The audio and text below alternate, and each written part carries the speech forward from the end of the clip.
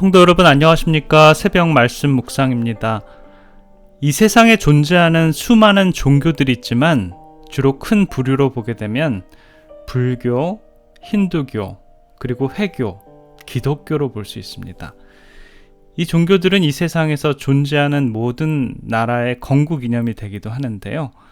인도에서 불교가 시작됐음에도 불구하고 불교는 중국의 종교가 되었고 오히려 인도는 힌두교를 채택했고요.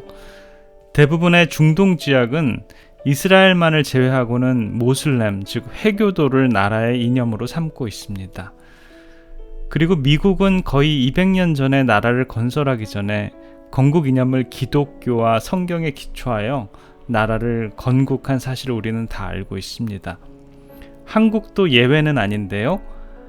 왕건이 삼국을 통일하고 고려를 시작했을 때 그는 불교를 나라의 종교로 채택하여 나라를 다스리는 건국 이념으로 삼았고, 이성계가 조선을 시작할 때는 그는 삼국시대부터 고려에까지 지대한 영향을 미쳤던 불교를 배타하고 유교를 나라의 건국 이념으로 채택합니다. 그러하기에 한국인은 누구를 막론하고 불교와 유교의 영향을 받으며 살아있고, 우리의 대부분의 생활과 생각, 역사가 불교와 유교에 밀접한 관계를 맺고 있습니다. 불교는 한국인의 정신적인 지주가 되었으며 유교는 한국인의 생활 지침이 되었지요. 오늘날 한국 불교의 대중화는 그 근원이 신라시대의 원효 대사로부터 시작했다고 해도 과언은 아닌데요. 원효 대사의 어머니는 어느 날 꿈에 유성이 뱃속으로 들어와 요동을 쳐 깜짝 놀라 꿈을 꿨는데 그때 이제 원효를 잉태했다라고 합니다. 아이를 낳으려고 친정으로 가던 중에 아랫배가 아파서 밤나무 아래에 쉬다가 원효 대사를 놓았는데 지금도 그 밤나무가 존재하며 그 이름을 사라수라고 부르며 그곳에 절을 짓고 그 절의 이름을 사라사라고 부릅니다. 원효는 일찍이 어머니를 여의고 그 충격 때문에 그는 인생 무상을 느끼며 또 불도를 깨우치는 중이 되고자 했습니다. 그의 나이 29살에 출가한 후 의상대사와 함께 더 깊은 불도를 연구하고자 당나라로 가던 중에 수원 근방에 있는 동굴에서 잠을 청했는데 한밤중에 목이 말라 머리맡에 있는 물을 아주 달게 마셨습니다. 아침에 일어나 보니 그가 그 전날에 마신 물은 해골에 고인 썩은 물이었던 것이지요. 이것을 안 원효는 구역질이 나서 견딜 수가 없었습니다. 여기서 그는 모든 것이 마음먹기에 달렸다라는 일체 유심의 사상을 깨닫고 당나라로 가던 길을 멈췄다라고 합니다. 정부정, 호불호, 선불선의 모든 분별 경계는 자기의 마음 자세와 기준에서 우러나오는 것이지 실물 그 자체는 깨끗함도 깨끗하지도 아니한 것도 없다라는 것입니다. 이것이 하엄종의 근원이 되었는데 이를 우리는 원륜회통이라고 부릅니다. 모든 것이 마음에 달려있다라는 뜻이지요. 모든 일이 시작에 마음이 있다라는 것입니다. 마찬가지로 한국인의 생활 지침이 된 유교 사상 역시 마음에서 시작됩니다. 유교의 시작은 동양 최고의 성인으로 꼽히는 공자로부터 시작되었는데요. 유교 사상을 집대성한 책을 육서라고 부릅니다. 인생 철학을 논한 역경, 고대 시가를 수집한 이 시경, 주례, 서경, 춘추 그리고 악기 이렇게 6권의 책을 말하는데요. 이러한 이 6권의 책은 공자가 3,000명이나 되는 자기의 제자들을 가르치는 교과서라고 볼 수 있습니다.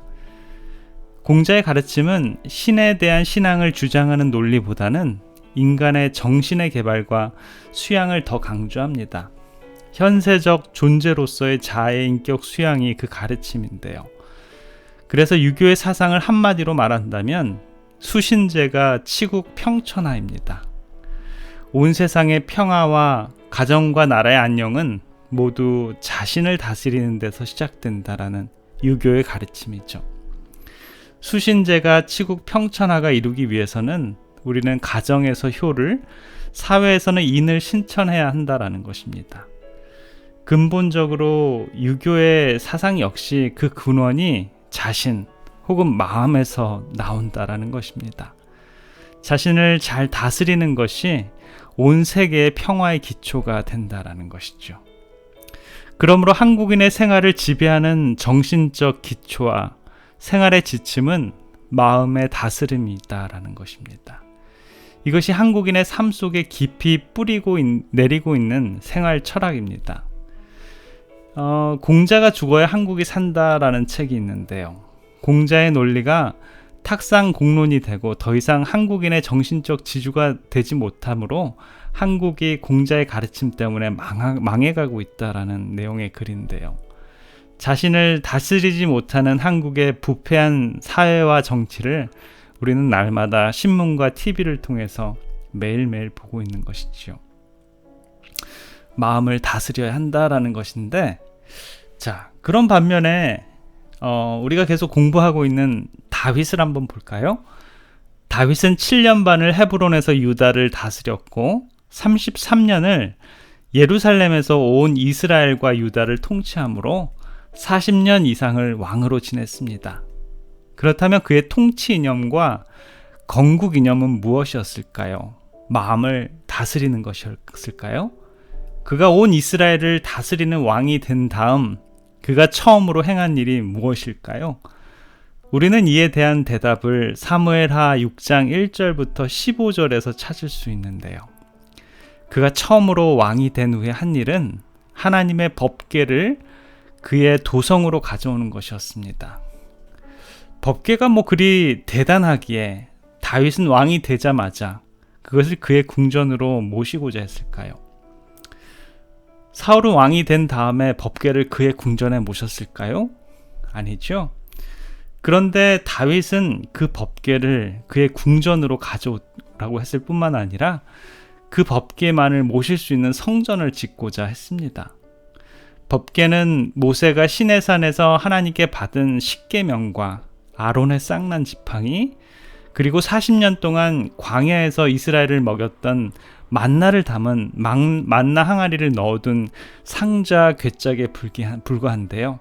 그리고 그 궤짝은 시띠 나무, 지금의 이 아카시아 나무로 만들었으며 그것을 금으로 도색을 했고 뚜껑은 순금으로 만들었습니다. 그리고 그 뚜껑 위에 두 천사가 마주보고 있었으며 날개가 4개 있었는데 둘은 위로 향하고 둘은 자신의 얼굴을 가리고 있었습니다. 두 천사의 중앙을 시은좌 혹은 이 속죄소라고 불렀습니다. 그리고 시은좌 중앙에서 빛을 발해졌는데 이를 셰키나의 영광이라고 불렀습니다. 그러한 궤짝이 중요할까요? 다윗이 그렇게 중요하게 생각했던 이유가 바로 출애굽기 25장 22절에 있는데요. 거기서 내가 너와 만나고 속죄소 위 곧 증거궤 위에 있는 두 그룹 사이에서 내가 이스라엘 자손을 위하여 너에게 명할 모든 일을 너에게 이르리라. 그곳에는 하나님이 친히 자신의 손가락으로 쓰신 십계명이 있을 뿐만 아니라 하나님께서 그 백성을 만나주는 그러한 장소였습니다. 다시 말하자면 그것은 하나님의 임재를 상징했습니다. 그리고 실제적으로 하나님의 임재가 셰키나의 영광으로 사람들에게 보여졌지요. 다윗이 그렇게 애타게 하나님의 법궤를 그의 궁전으로 가져오고자 한 이유는 바로 여기 있었던 것입니다.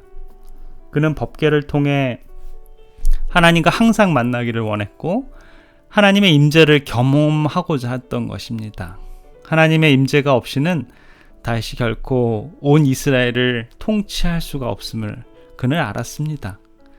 그의 나라 통치와 건국 이념이 바로 하나님의 임재에 있습니다.